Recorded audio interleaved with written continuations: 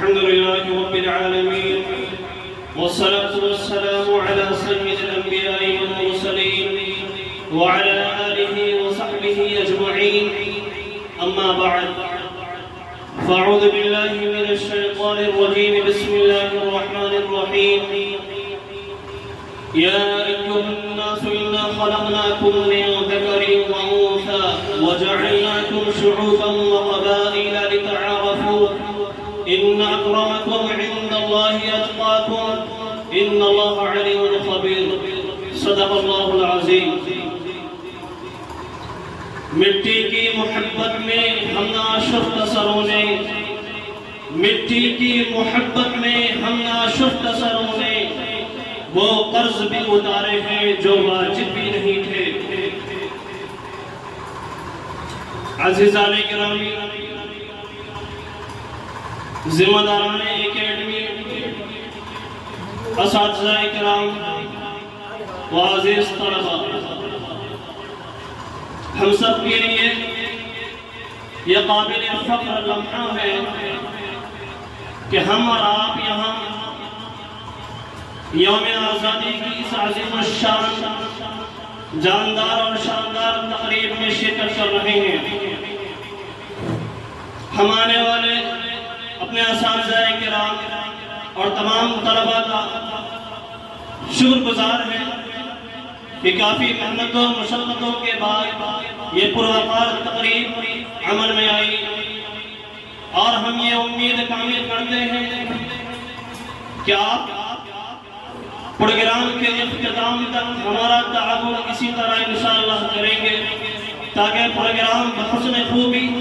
اپنے منزل مقصود تک پہنچ جائے. عزیزان گرامی، آج یوم آزادی یعنی 15 اگست ہے. ہم ہندوستانیوں کے لیے دو دن بہت عظیم الشان ہیں، قابل فخر ہے، خوشی اور مسرت کے دن ہیں. ان میں ایک دن 15 اگست یوم آزادی اور دوسرا دن 26 جنوری یوم جمہوریہ کہلاتا ہے. اسی 15 اگست 1947 کو ہمارا یہ ہندوستان 200 سال تقریباً جد و جہد اور قد و کاوش کے بعد لاکھوں علماء اور مسلمانوں کو جان و نذرانہ پیش کرنے کے بعد اور بے پناہ قربانیوں کے بعد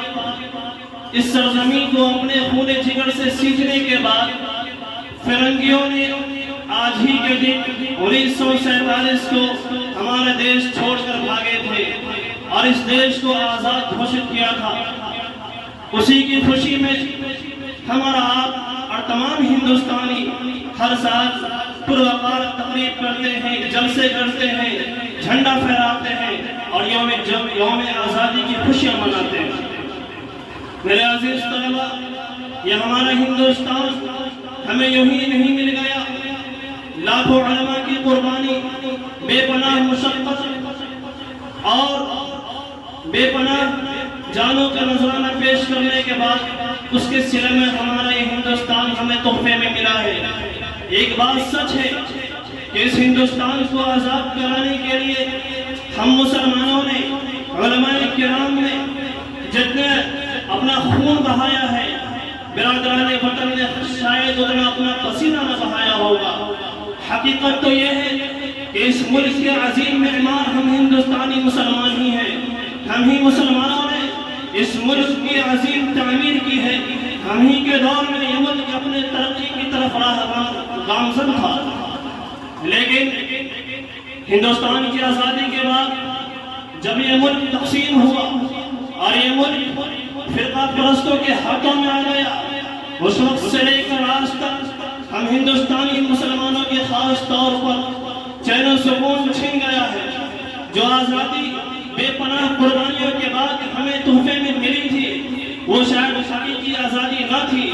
مزید آزادی کے لیے ہمیں اپنی جد و جہد اور قربانی مزید پیش کرنی ہوگی.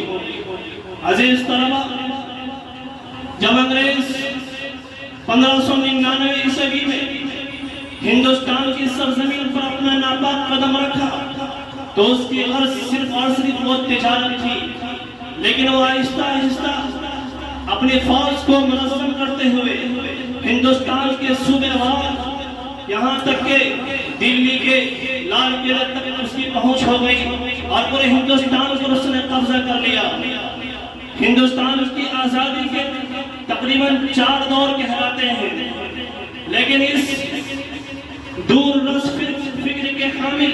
حضرت شاہ ولی اللہ محدث دہلوی رحمہ اللہ کے فرزند شاہ عبد العزیز دہلوی رحمۃ اللہ علیہ انگریزوں کی ناپاک سازش کو بر وقت بھانپ لیا تھا، اور سب سے پہلے انہوں نے ہی انگریزوں کے خلاف جہاد کا فتویٰ جاری کیا اور اس ملک ہندوستان کو دارالحرب ہونے کا فتویٰ دیا۔ اس وقت سے مسلمان انگریزوں کے خلاف جگہ بجگہ اور مختلف مقامات پر نبض آزما ہوتے رہے، مختلف جگہوں پر انگریزوں کے خلاف اپنے مٹھی بوجھ فوج لے کر میدان کارزار میں عمل پیرا رہے، لیکن اپنوں ہی کی غداری کی بنا پر مسلم فوج کو اور مسلم حکمرانوں کو شکست ہوتی رہی۔ آپ کو معلوم ہونا چاہیے کہ اس ملک میں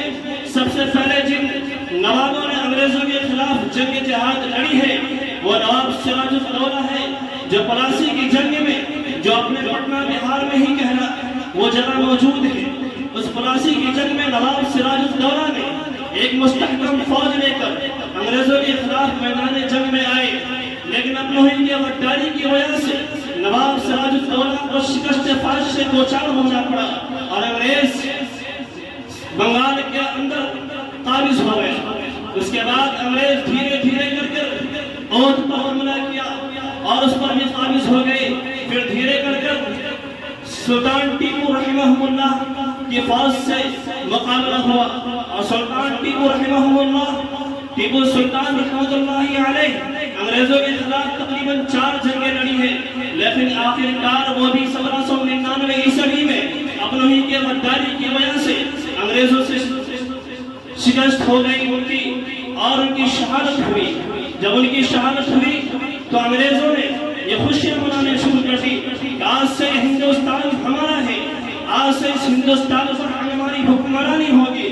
آج سے ہندوستان پر سب کچھ ہمارا چلے گا،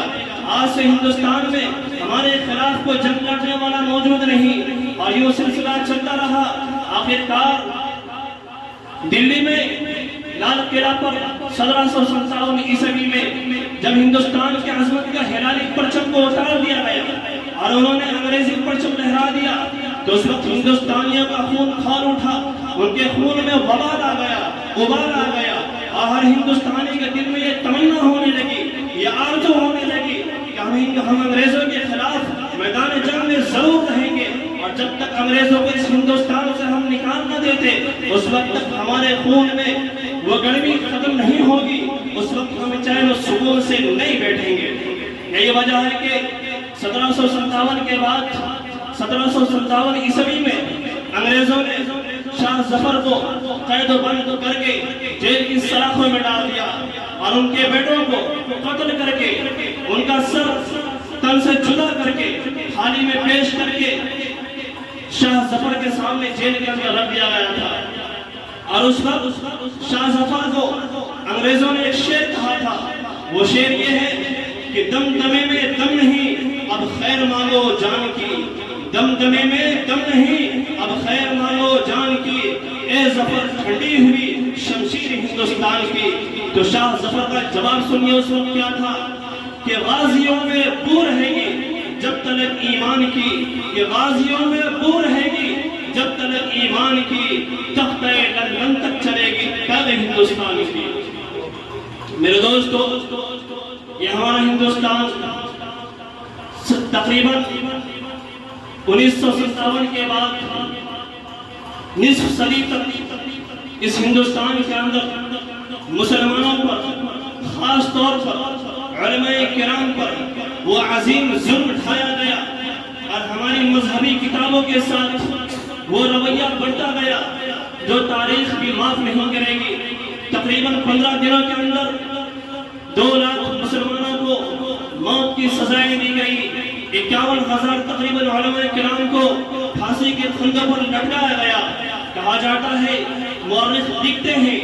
کہ دلی کے چاندنی چوک سے لے کر خیبر تک کوئی ایسا درخت موجود نہ تھا جہاں علماء کی لاشیں لٹکی نہ پڑی ہو۔ مورخ لکھتا ہے کہ علماء کو صبح کو تھالوں میں بند کر کے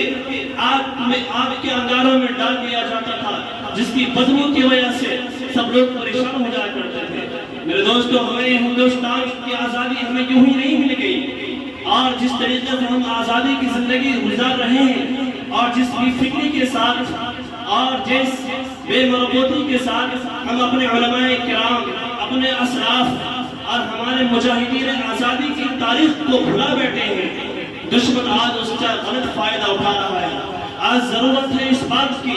کہ آج ہم اپنے اکابر و اسلاف کی تاریخ کو پڑھیں، ہمیں اپنے اکابر و اسلاف کی قربانیوں کو یاد کرنا ہوگا، ہمیں اپنے ان کے نقش قدم پر چلنا ہوگا۔ یہی وجہ ہے کہ آج فرقہ پرست طاقتیں ہماری تاریخ کو مٹانے کی نہ جانے کیسی کیسی سازشیں رچ رہی ہیں، ہمارے خلاف نہ جانے کیسی کیسی پلاننگ ہو رہی ہے، اور ضرورت ہے اس بات کی ہمیں ہندوستانی اپنے اکابر و اسلاف، اپنے علماء کرام کی تعریفوں کے ساتھ ہمیشہ مربوط رہے، ان کی قربانیوں کو یاد کریں۔ ہم بھی آج اپنے علماء کرام اور اس جانباز بہادر کو اور اس وطن پر مر مٹنے والوں کو خراج عقیدت پیش کرتے ہیں کہ جنہوں نے اپنے وطن کی آزادی کے لیے، اپنے ملک کی محبت میں اپنے جانوں کا نذرانہ عقیدت پیش کیا، اور اپنے خون کو اس سرزمین سے آبیاری اور آبپاشی، اپنے خونوں سے اس سرزمین کی آبیاری و آبپاشی کی، اور بڑی محنت و مشقت اور ہزاروں لاکھوں جانوں کی قربانی کے بعد ہمیں یہ دیش آزاد ملا۔ اور میں اپنی باتوں کو زیادہ طویل نہ